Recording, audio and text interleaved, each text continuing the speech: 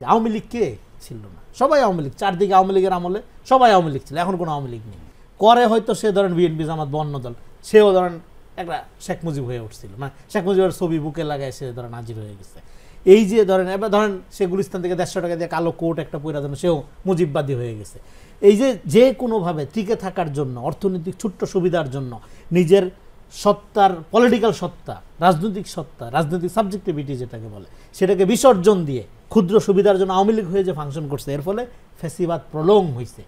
দীর্ঘ ফ্যাসিবাদী শাসনের থাকার ফলে যে দমবন্ধ অবস্থার মধ্যে মানুষ ছিল, তো সেটা এখন নাই। ফলে একটা আউটবাস্ট হয়েছে, একটা আন্দোলনের মৌসুম শুরু হয়েছে আমরা বলতে পারি। এটা আন্দোলন নয়, ঠিক, এটা সহিংসতা, অরাজকতা। সহিংসতা, যে কোনো আন্দোলন সহিংসতার দিকে যে কোনো সময় চলে যেতে পারে। এখন ধরেন এই যে একটা আপনি বলেন একটা ভুল চিকিৎসার ঘটনা ঘটার থেকে দেখেন একজনকে হয়তো অ্যাটাক করতে গেছে, এখানে দুইজন হয়তো থামাইতে গেছে, তারপরে হয়তো হাতাহাতি হয়েছে, তারপরে মহল্লা জড়াইছে, একদম পুরো এখন একটা আউট অফ কন্ট্রোল সিচুয়েশন দিকে চলে যাচ্ছে। কিন্তু এক অর্থে ধরেন এই ঘটনাগুলো কালেকটিভ যে অসহিষ্ণুতা আমাদের, সেইটার সাথে হয়তো রিলেট করা যাবে। কিন্তু আমি বলতেছি যে এর চেয়ে গুরুত্বপূর্ণ যেটা হলো যে আসলে জনগণের মধ্যে যে আলোচনাটা আমরা করার চেষ্টা করতেছিলাম, যে ঐক্যটা, মানে আপনার 5ই আগস্টের শিক্ষাটা কি?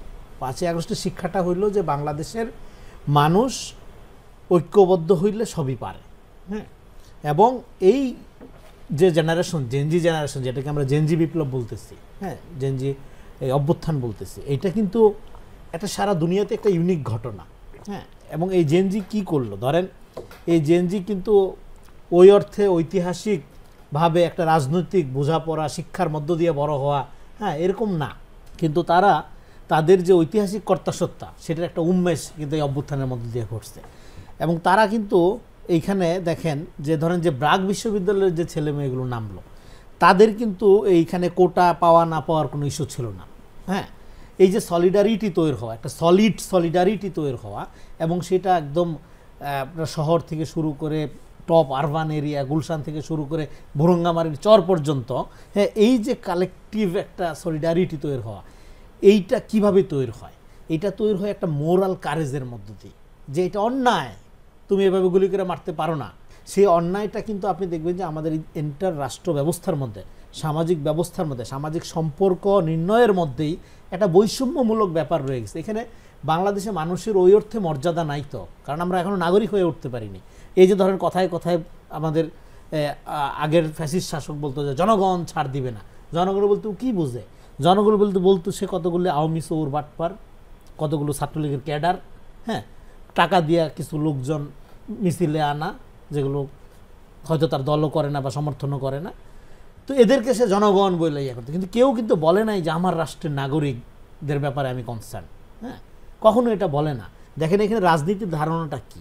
আমরা যে বলি কথা কথা আমরা খুব রাজনীতি সচেতন জাতি, আমার মনে হয় এটা না। আমরা খুব দলাদলি প্রবণ জাতি, আমরা পার্টিজান ওয়েতে কাজ করি। এবং দল করে কারা? এখানে রাজনীতি করে কারা? আপনি চারদিকে যদি তাকান, 5% লোক। কারণ হলো রাজনীতি এখানে একটা এমন একটা পেশা, আপনি মানে কোনো যোগ্যতা লাগে না, আপনার গুন্ডামি মাস্তানি, তারপরে হলো যে আপনার এটাকে আপনার টাকা বানানোর এরকম একটা মেশিন, যে আপনি কোনো না কোনোভাবে যদি একটা প্রক্রিয়ার মধ্যে জড়িত হইতে পারেন এবং ক্ষমতায় যদি একবার আসা যায়, কোনো সমস্যা নেই।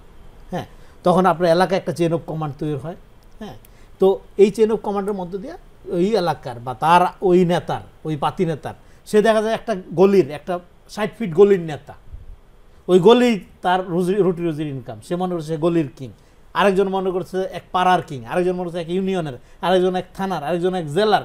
এইটা এইভাবে করাইতে করাইতে টপ পর্যন্ত গেছে। এই যে ফ্যাসিবাদী মডেল, এর মধ্যে নির্বাচন হয়েছে, মানে আমি বিগত আমলগুলোর কথা বলতেছি, কিন্তু সামাজিক স্তরের এই মডেল চেঞ্জ হয়নি।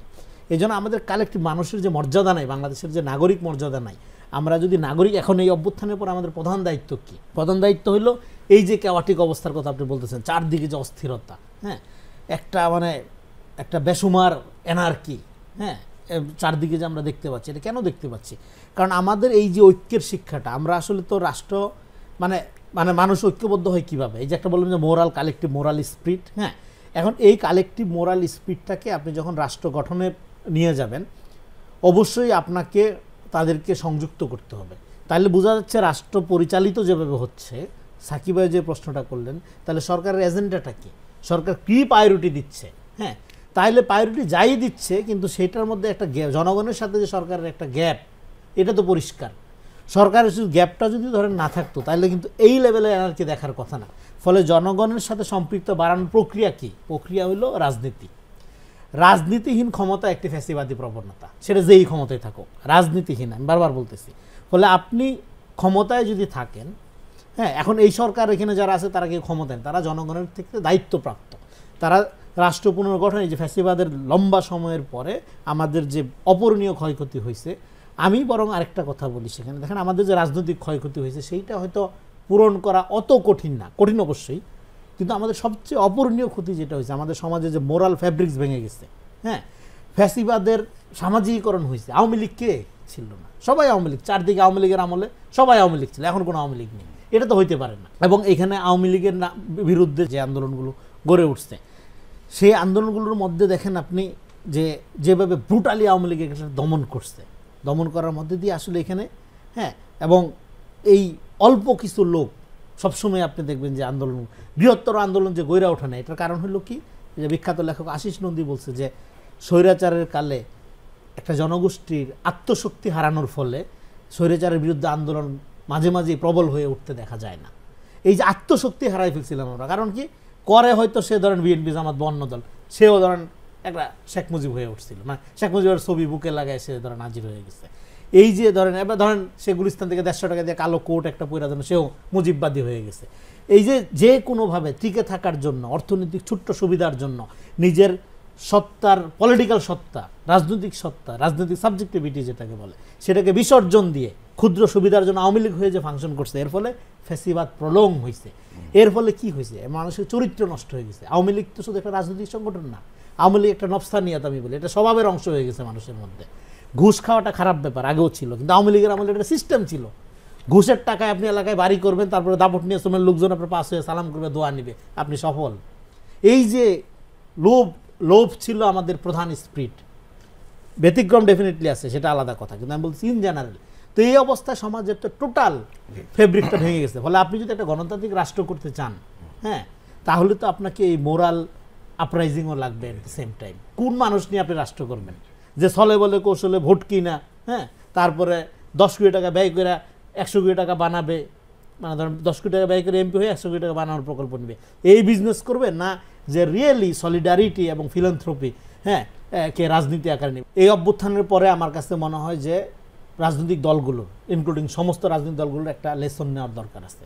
অনেক লম্বা কথা বলা যায়, সহজ কথা হলো রাজনীতি চেঞ্জ হয়ে গেছে।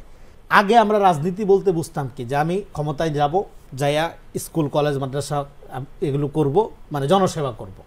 হ্যাঁ, তার মানে কি জনসেবা বা উপকার বা ফিলেন্থ্রপি করার জন্য আমাকে রাজনৈতিক ক্ষমতা দরকার।